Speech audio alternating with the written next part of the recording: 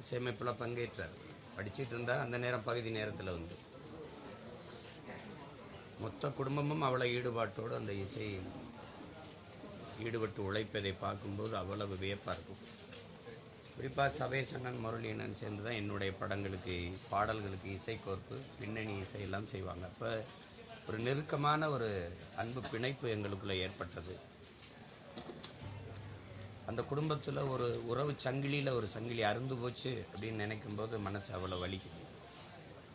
என்னுடைய கடைசியாக இளைய சகோதரர் வந்து சொல்கிறாரு, எந்த ஒரு இதுனாலும் குடும்பத்தில் அவர் தான் முதல்ல வந்து நிற்பார், முன்னாடி நிற்பார், எல்லாத்துக்கும் முன்னாடி. இந்த மரணத்துலேயும் எங்கள் எல்லாருக்கும் முன்னாடி அவர் அதை போயிட்டாருன்றப்ப அவ்வளோ துயர்ந்த வார்த்தையாக இருந்துச்சு. அது கேட்கும்போது அவ்வளோ கஷ்டமாக இருக்குது. அவர் பாடிய பாடல்கள் இன்னும் காற்றில் மிதந்து கொண்டிருக்கிறது. அவருடைய மூச்சு காற்று அது கேட்கும் போதெல்லாம் அவருடைய நினைவு நமக்கு வந்து வந்து தொட்டு போகும்.